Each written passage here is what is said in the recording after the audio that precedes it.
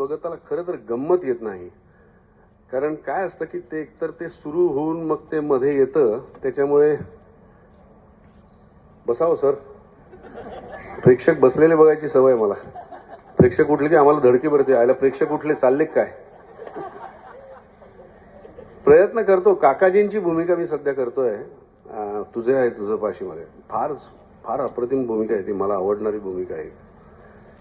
तिथे त्या श्यामचं डायलेमामध्ये तो गेलेला आहे. तो आचार्यांच्या मागे त्यांच्या तत्वांमुळे काहीतरी त्यांच्या मागे ओढला गेलाय आणि अल्टिमेटली शेवटच्या प्रवेशात तो म्हणतो की श्याम म्हणतो की मला मन जिंकायचं आहे, तुम्ही मला माझ्या मार्गातून मागे खेचताय. त्याच्यावर काकाजी म्हणतात ते प्रयत्न करतो. तो म्हणतो बेशक मन जिंकायला जा, पण ते मन कुठे बसलं याचा शोध घेशील की नाही.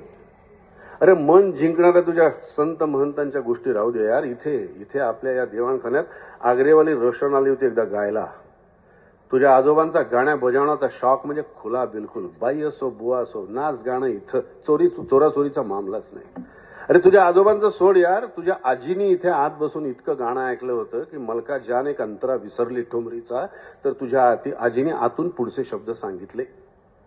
गाणं ऐकणं, सौंदर्याचा आस्वाद घेणं, यात पाप वाटण्याचं काय कारण आहे यार. पाप सक्तीत आहे, जबरदस्तीत आहे.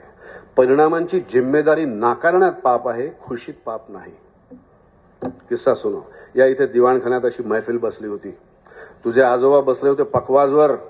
नाना पंचांचे शागिर्द यार ते. धमार असा ऐन रंगात आला होता. ऐकायला इने 5-10 लोक बेहोश झाला होता मामला. इतक्यात वाड्यावरून हुकूम आला महाराज सरकारांचा. बाईंना ताबडतोब वाड्यावर बोलवलंय. बाई तर पुरियाच्या घनदाट जंगलात घुसलेली, धुंद झाली होती सूर्यांच्या मस्तीनं. हुकुमाच्याच ताडकन म्हणाली वाड्यावरच्या अप्सराला, जा महाराजांना म्हणाव गाणं ऐकायचं असेल तर इथे बापू भैया देवास्करांच्या कोठीवर या, इथं उभं केलाय मी पुरिया. ताज बघायला आपल्याला आग्र्यापर्यंत जावं लागतं. तुमच्या वाड्यासमोर नाचत येतात ते मोहरमचे कागदी डोले. श्याम तुला आज कल्पना येणार नाही रे, पण त्या काळात संस्थानिकाला उलट उत्तर देणं म्हणजे काय बात होती यार. गर्दन छाटली गेली असती बाईची, पण परवा नाही. मग मला सांग, राष्ट्रासाठी मरणाकडे पाहून बेफिकीर हसणारा क्रांतिकारक आणि गाण्याच्या सुरांच्या मस्तीत राजाची ऐतराजी स्वीकारणारी गाणारीण, यात लहान मोठं कोणी ठरवायचं.